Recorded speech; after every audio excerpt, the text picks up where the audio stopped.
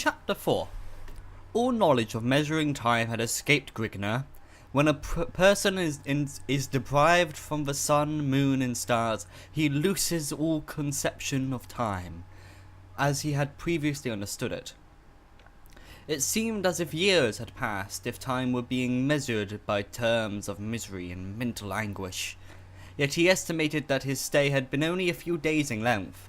He had slept 3 times and had been fed 5 times since his awakening in the crypt. However, when the actions of the body are restricted, its needs are also affected. The need for nourishment and slumber are directly proportional to the functions the body had performed. Meaning that when free and active, Grignr may become hungry every 6 hours and witness the desire for sleep every 15 hours, whereas in his present condition he may encounter the need for food every 10 hours and a want for rest every 20 hours. All methods he had been dependent upon were extinct in a dismal pit.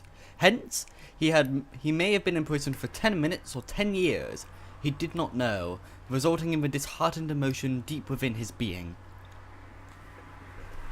The food, if you could honor the mouldering lumps of fetid mush to that extent, was borne to him by 2 guards who opened a portal at the top of his enclosure, and shoved it to him in wooden bowls, retrieving the food and water bowls from his previous meal at the same time, after which they threw back the bolts on the iron latch and returned to their other duties. Since deprived of all other means of nourishment, Grignr was impelled to eat the tainted slop in order to ward off the pangs of starvation. Though as he stuffed it into his mouth with his filthy fingers and struggled to force it down his throat, he imagined it was that which had been spurned by the hounds stationed at various segments of the palace. There was little in the barren vault that could occupy his body or mind. He had paced out the length and width of the enclosure time and time again, and tested every granite slab which consisted the walls of the prison, in hopes of finding a hidden passage to freedom, all of which was to no avail other than to keep him busy and distract his mind from wandering to thoughts of which he believed was his future. He had memorized the number of strides from one end to the other end of the cell, and knew the exact number of slabs which made up the bleak dungeons. Numerous schemes were introduced and alternately discarded in turn as they succored to unravel him. No means of escape which stood the slightest chance of success. Anguish continued to mount. His main means of occupation were rapidly exhausted. Suddenly, with no tithe, he was routed from his contemplations as he detected a faint scratching sound at the edge of the crypt opposite him. The sound seemed to be caused by something trying to escape away the granite blocks of the floor of the scrape away at the granite blocks the floor of the enclosure was consisted of. The sandy scratching of something like an animal's claw. Grignr gradually groped his way to the other end of the vault, carefully feeling his way along with his hands ahead of him. When a few inches from the wall, a loud penetrating squeal and the scampering of small padded feet reverberated from the walls of the roughly hewn chamber. Grignr threw his hands up to shield his face and flung himself backwards onto his buttocks. A fuzzy form bounded to his hairy chest, burying its talons in his flesh while gnashing towards his throat with grinding white teeth, its sour, fetid breath scorching and squirming barbarians, scorching the squirming barbarians' dilating nostrils. Grignr grappled with the lashing flexum with muscles of the repugnant body of a gargurian brown-headed rat, striving to hold its razor teeth from his juicy jugular, as its beady grey organs of sight glazed into the flaring emeralds of its prey. Taking hold of its rodent around its lean, growling stomach with both hands, Grignr primed it from its crimson-rent breasts, removing small patches of flayed flesh from its chest in the motion between the squalid black claws of the starving beast. Okay, I'm actually gonna have to stop reading now. He is fighting a rat.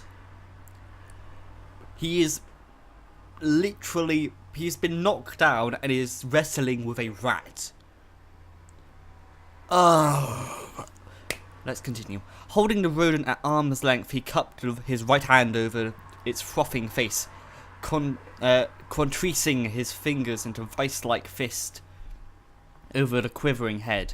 Retaining his grip on the rat, Grignr flexed his outstretched arm while slowly twisting his right hand clockwise, his left lies counter-clockwise motion. The rodent let out a tortured squall, drawing scarlet as it violently dug its foam-flecked fangs into the barbarian's sweating palms, causing his face to contort into an ugly grimace as he cursed beneath his breath.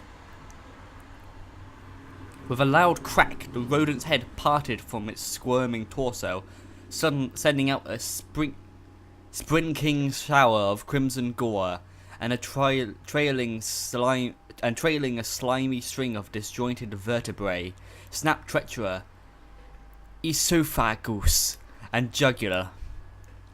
Disjointed hyoid bone, morose purple stretched hide, and blood-seared muscles.